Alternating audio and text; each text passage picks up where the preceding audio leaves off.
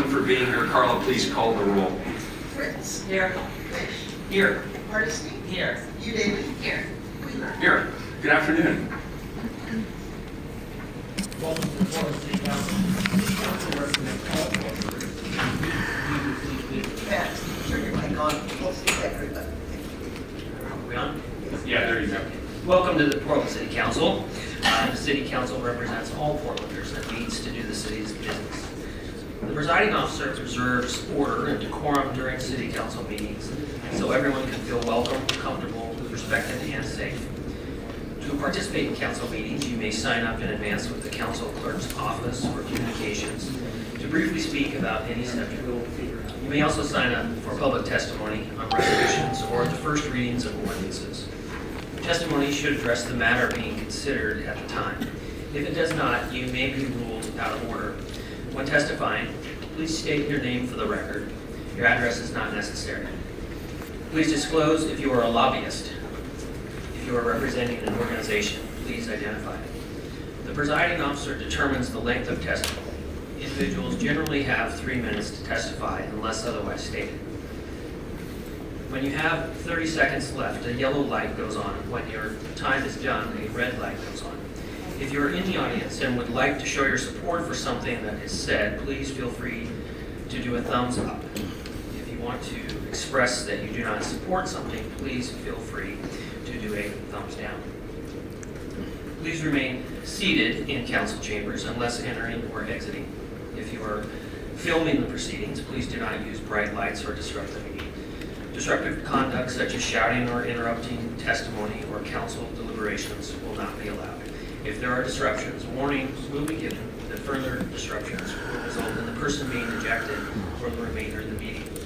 After being ejected, a person who fails to leave the meeting is subject to arrest for trespassing. Thank you for helping your fellow Portlanders feel welcome, comfortable, respected, and safe. Thank you very much. Carla, we only have one item today, item 113. Could you please read it? The city of Portland condemns white supremacist and alt-right hate groups. Colleagues, I'm going to withhold my remarks till the end, but I don't know if anybody would like to make opening remarks. Commissioner Fish. Mayor, I'd like to begin by thanking my colleagues, each of you, your respective staff, and community advocates for working collaboratively to draft this resolution and to organize this hearing. I'm proud that council is speaking up in a strong, unified voice against hate, bigotry, and white supremacy. Now, we know that we can't change the future if we don't acknowledge our history. Our city and our state have a long legacy of racism that we are still dealing with today. Today's action, however, is intended to make our values loud and clear. We thrive from our diversity. We believe in building bridges rooted in respect and inclusiveness. We are a proud sanctuary city.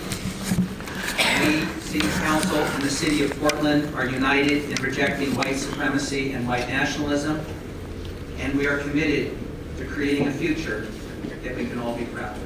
Thank you. Very good. Thank you. So the order of events today is we're going to call up staff to give us some remarks and the run of show. So Nicole Grant, she is my senior policy advisor. You want to come on up? Start us off. Thank you.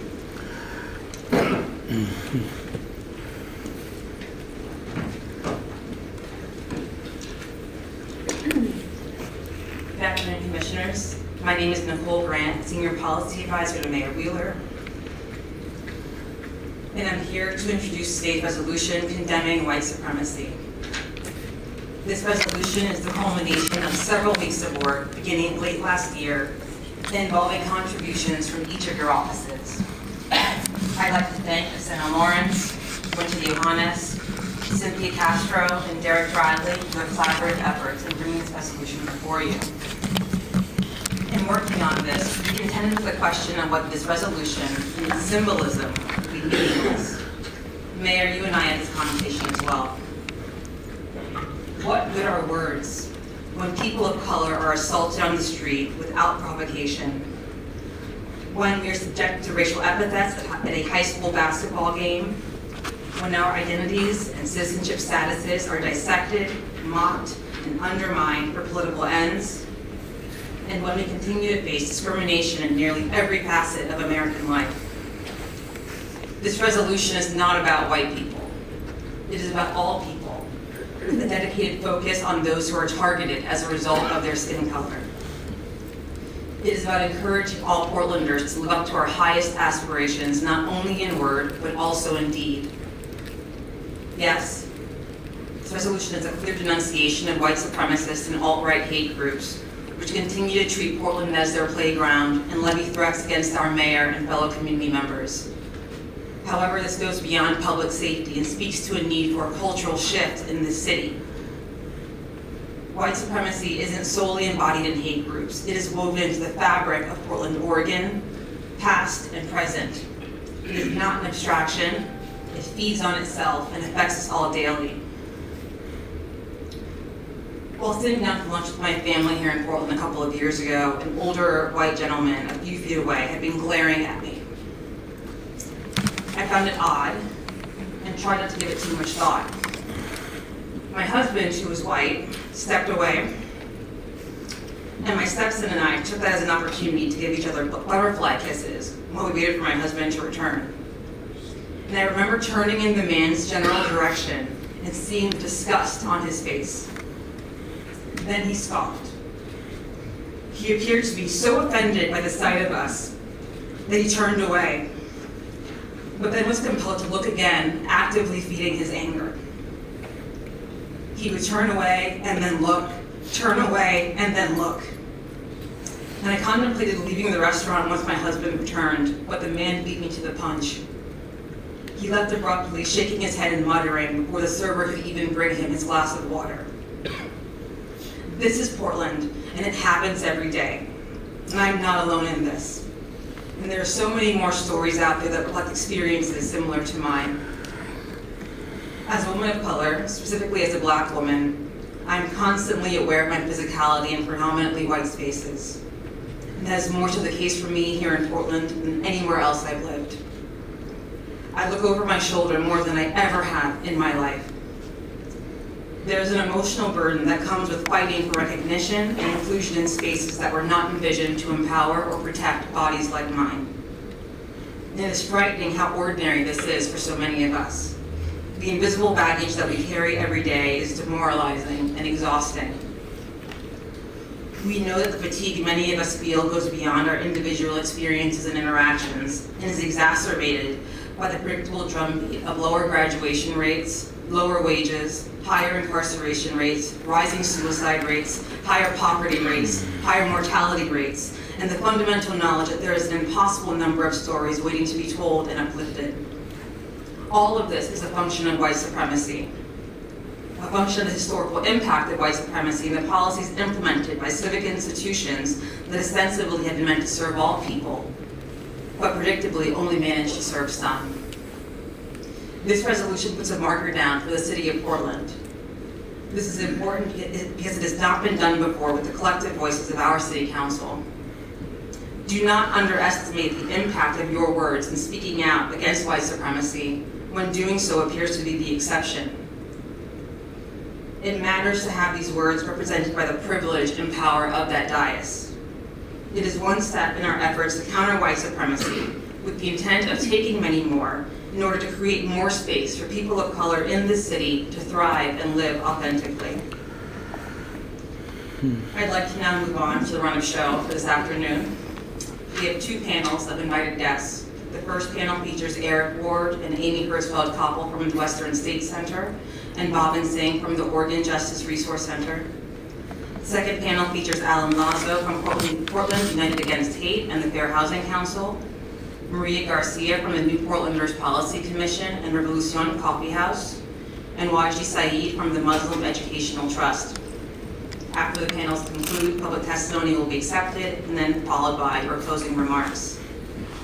I'd like to now invite Eric Ward, Amy Hirschfeld-Koppel, and Bhavin Singh to the table to speak. Thank you. Thank you. Commissioner Hardesty. Thank you. Before you leave, Nicole, I just want to thank you so much. I know how hard it is to put those personal stories out in the public airwaves.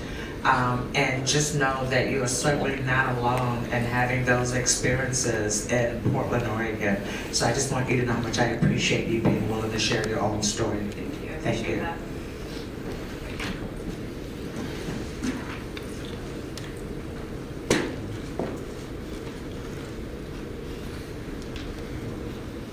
Good afternoon, and thank you all for being here. The microphones move around about 6 inches away is the right distance, we think. And if you just state your names again for the record, that'd be helpful. Thank you. Thank you. We have a sequence here, so Okay. I'm honored to go first. Mayor Wheeler, City Commissioners, good afternoon. Thank you for inviting us to speak to this historic resolution. My name is Amy Hirschfeld-Koppel, and I'm the Deputy Director of Programs and Strategic Initiatives at Western State Center.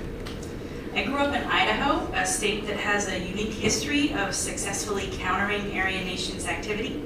I've been active in human rights organizing and advocacy for more than 20 years, including several years as the Executive Director of the Idaho Human Rights Education Center, and most recently as Co-Executive Director of Basic Rights Oregon. I moved to Portland from Boise in 2011, drawn to a community and state that would provide more affirmation and security to start my family. Idaho still lacks non-discrimination protections for LGBTQ folks. And I also moved here because I wanted to be in closer proximity to Western State Center, a group that I deeply respect and served on the board of for 11 years before joining the staff team last year.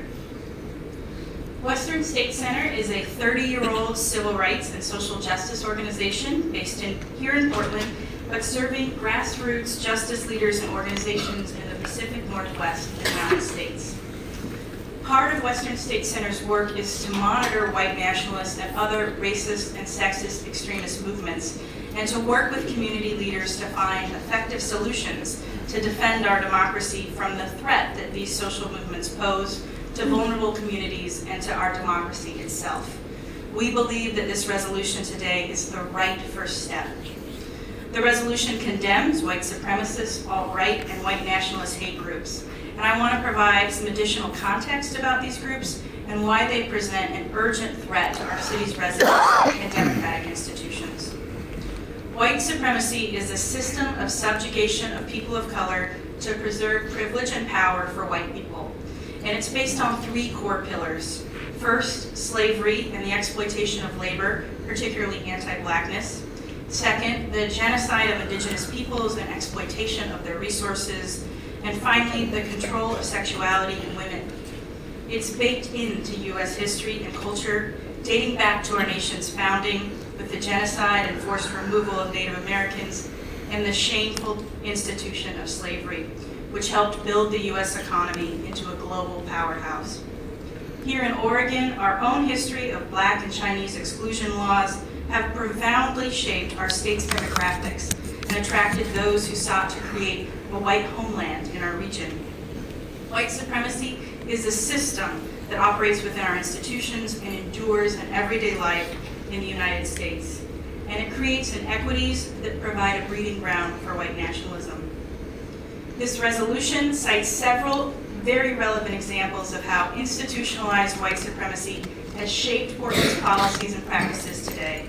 They include policing and sentencing disparities in our criminal justice system, displacement of communities of color, and disparate access to public services.